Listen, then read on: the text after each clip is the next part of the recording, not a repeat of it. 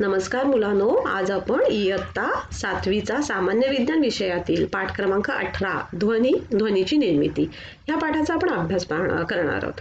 आजच्या सेशनमध्ये काय पाहणार आहोत आपण मुलांनो, तर आजच्या सेशनमध्ये आपण ध्वनीची उच्च निश्चता म्हणजे काय आणि ध्वनीची तीव्रता आणि ध्वनीची पातळी म्हणजे काय याचा अभ्यास आजच्या सेशनमध्ये पाहणार आहोत। ध्वनीची उच्च निश्चता मुलांनो, ध्वनीची उच्च निश्चता तुम्हाला समजण्यासाठी आपण एक छोटीशी कृती करूयात, कळलं?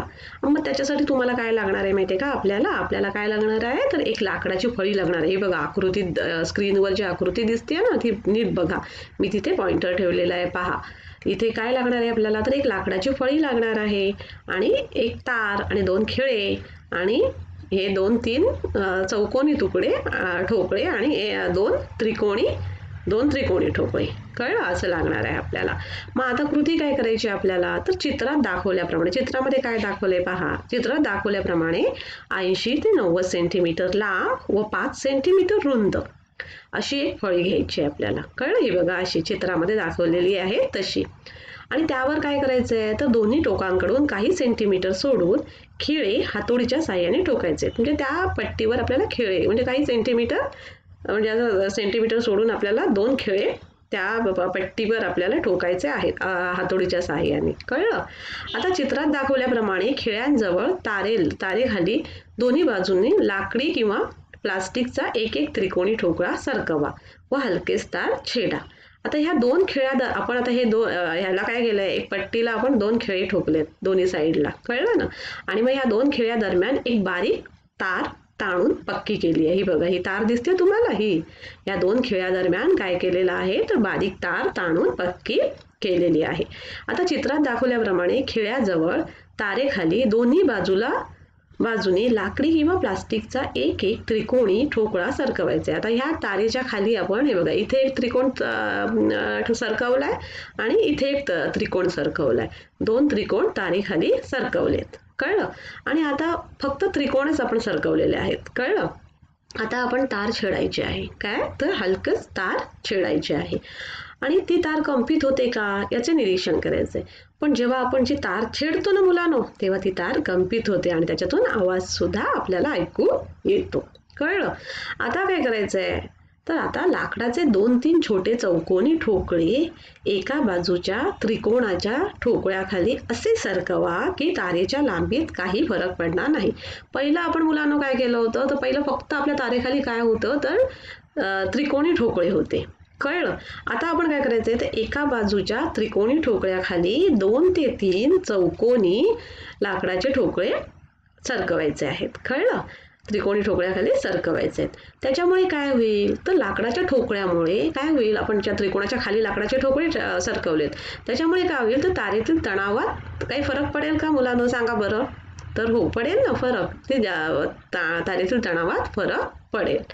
आता पुन्हा काय करायचं, तर ती तार आपण पुन्हा छेडायची, काय, तारेला पुन्हा बोटाच्या साहाय्याने आपण छेडायचं आणि मग ध्वनी ऐकायचा आणि तसेच कंपने सुद्धा होतात, तारेचे कंपने सुद्धा तुम्ही पहा, त्याचं कंपन्यांचं पण निरीक्षण करा।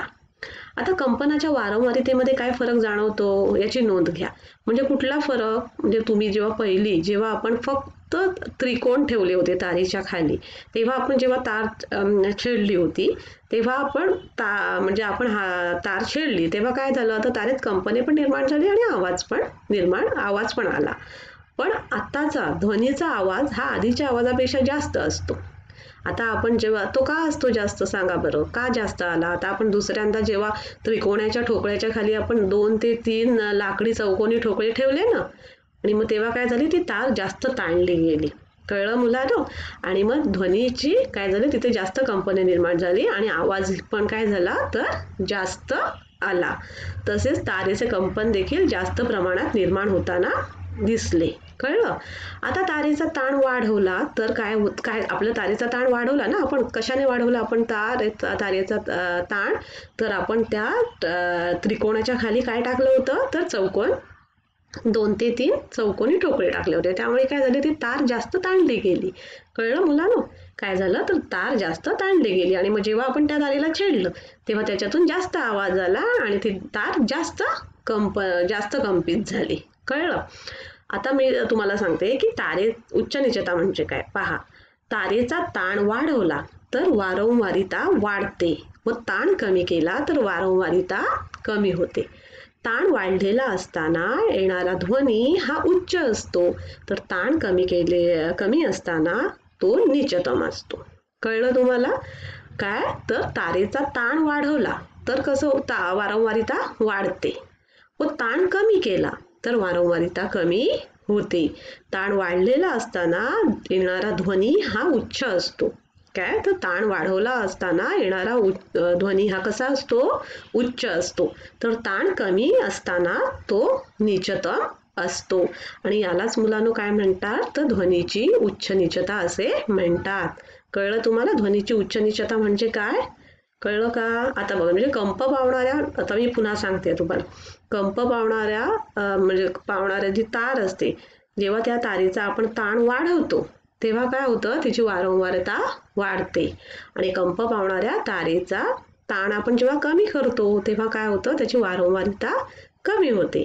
आणि कंप पावणाऱ्या तारेचा म्हणजे काय होतं? तर कंप पावणाऱ्या तारेतून म्हणजे कंप पावणाऱ्या तारेचा ताण वाढला असताना काय होतं? तर येणारा जो ध्वनी असतो तो उच्च असतो. कळलं? कंप पावणाऱ्या तारेचा ताण वाढवला असता येणारा ध्वनी कसा असतो? तर उच्च असतो. तर ताण कमी असताना तो कसा असतो? तर तो नीचतम असतो. या ध्वनीच्या स्वरूपाला काय म्हणतात? तर ध्वनीची उच्च नीचता असे म्हणतात. समजलं तुम्हाला? मुलांनो, तुम्हाला माहिती आहे, आपण जेव्हा ओरडतो किंवा आपण जोराने खूप बोलतो, ओरडतो, तेव्हा आपल्या पण घशावर ताण येतो की नाही? मग आपल्या काय होते? तर त्या आपल्या कंपनांची वारंवारता तेव्हा जास्त येते, जास्त असते. आणि त्याच्यामुळे काय होतं? जास्त ध्वनी ऐकू येतो. आणि जेव्हा आपण हळू बोलतो तेव्हा आपल्या घशावर ताण कमी येतो, हो की नाही? मग तेव्हा काय होतं? कंपनांची वारंवारता सुद्धा कमी असते.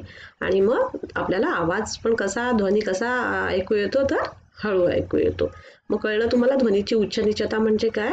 तर कंप पावणाऱ्या तारेचा, कळलं? कंप पावणारी जेव्हा तार असते, जेव्हा तिचा ताण आपण जेव्हा वाढवतो तेव्हा त्याची वारंवारता वाढते. आणि ताण कमी केला तर वारंवारता काय होते? कमी होते.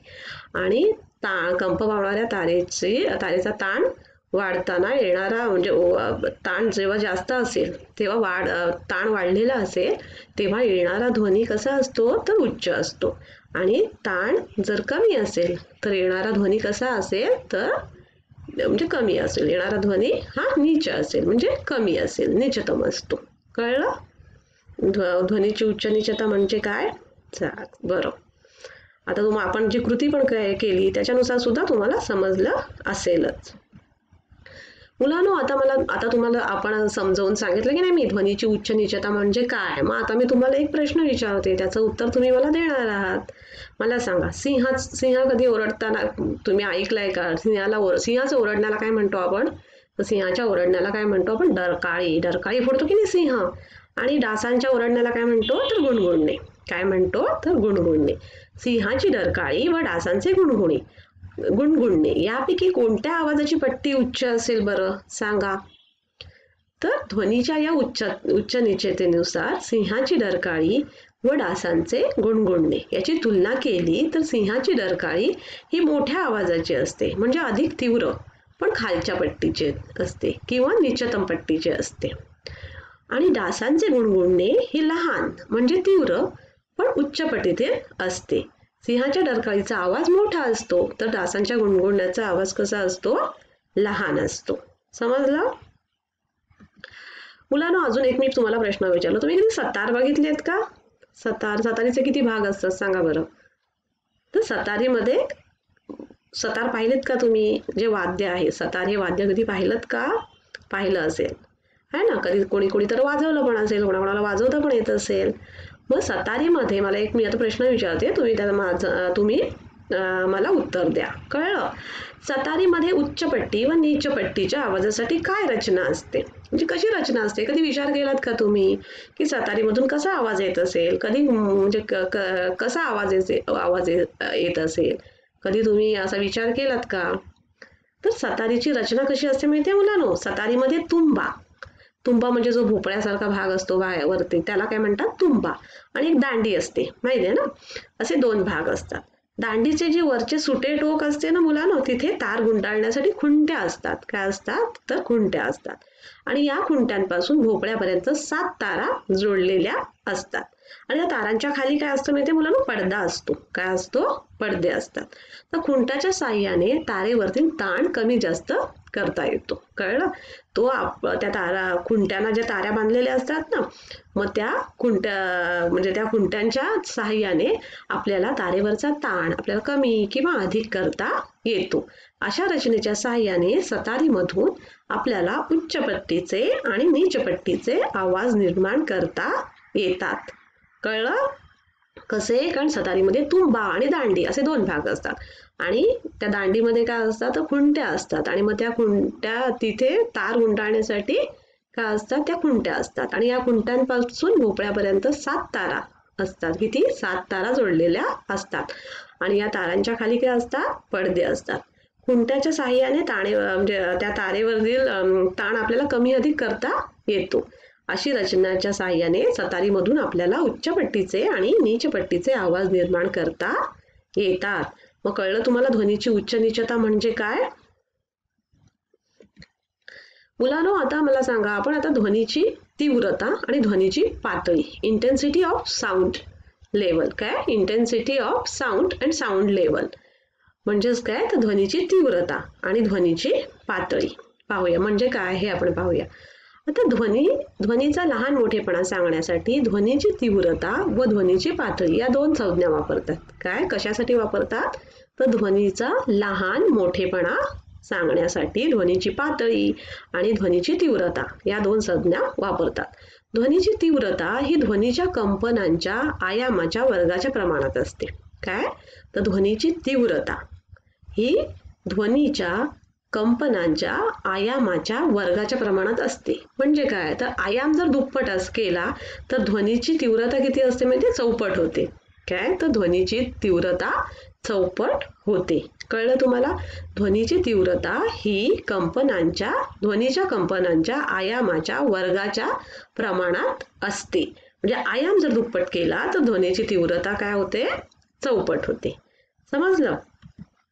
तर ध्वनी पातळी ही कुठल्या एककामध्ये मोजतात माहितीये तुम्हाला? तर ध्वनी पातळी ही डेसिबल या एककात मोजतात मुलांनो. कुठल्या? तर डेसिबल. ध्वनीच्या तीव्रतेचा वापर करून गणिती सूत्राने डेसिबल या ध्वनीच्या पातळीचे परिमाण काढता येते. डेसिबल हे नाव अलेक्झांडर ग्रॅहम बेल या शास्त्रज्ञाच्या कार्याच्या सन्मार्थ दिले गेलेले आहे. कशाच्या सन्मार्थ दिले गेलेले आहे? तर शास्त्रज्ञ अलेक्झांडर ग्रॅहम बेल या शास्त्रज्ञाच्या कार्याच्या सन्मानार्थ दिले गेले आहे. ध्वनी पातळी कशामध्ये कुठल्या एककात मोजतात? लक्षात ठेवा. ध्वनी पातळी नेहमी डेसिबल या एककात मोजतात. लक्षात ठेवा.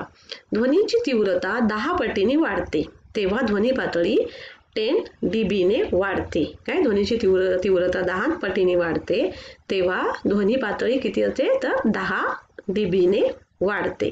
कळलं तुम्हाला? ध्वनीची तीव्रता म्हणजे काय? ध्वनीची पातळी म्हणजे काय? तर ध्वनी पातळी कुठल्या एककात मोजतात? तर ध्वनी पातळी ही डेसिबल या एककात मोजतात. कळलं? मुलांना आता काही ध्वनींच्या पातळी आहेत ते आपण आता पाहूया.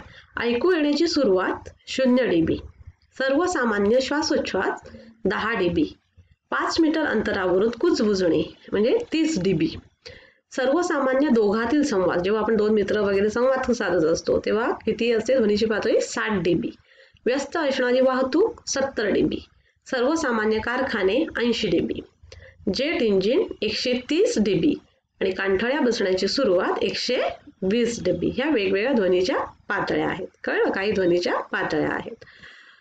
मुलांनो, तुम्हाला माहित आहे का 1000 हर्ट्झ वारंवारितेचा व 100 dB पेक्षा अधिक पातळीच्या ध्वनीमुळे ऐकण्याच्या क्षमतेत तात्पुरता फरक पडतो. काय? तर 1000 हर्ट्झ वारंवारितेचा व 100 dB पेक्षा अधिक पातळीच्या ध्वनीमुळे ऐकण्याच्या क्षमतेत तात्पुरता फरक पडतो. यामुळे काही वेळ बहिरेपणा येऊ शकतो. तर विमान इंजिनाजवळ काम करणाऱ्यांना हा अनुभव येतो. काय? तर विमान इंजिनाजवळ जे काही लोक काम करतात त्यांना हा अनुभव येतो. समजलं? तर मुलांना आज आपण काय शिकलो? तर आज आपण ध्वनीची उच्च नीचता शिकलो.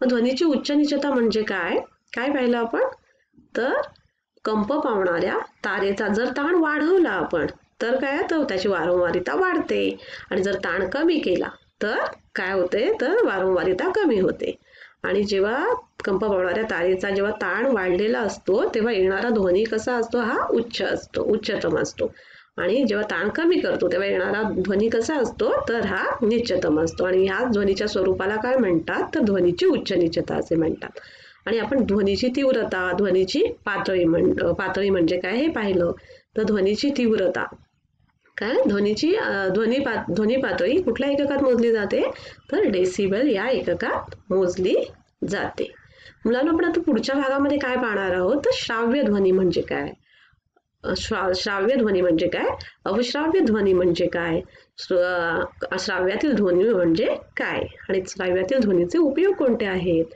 हे आपण पुढच्या भागामध्ये पाहणार आहोत धन्यवाद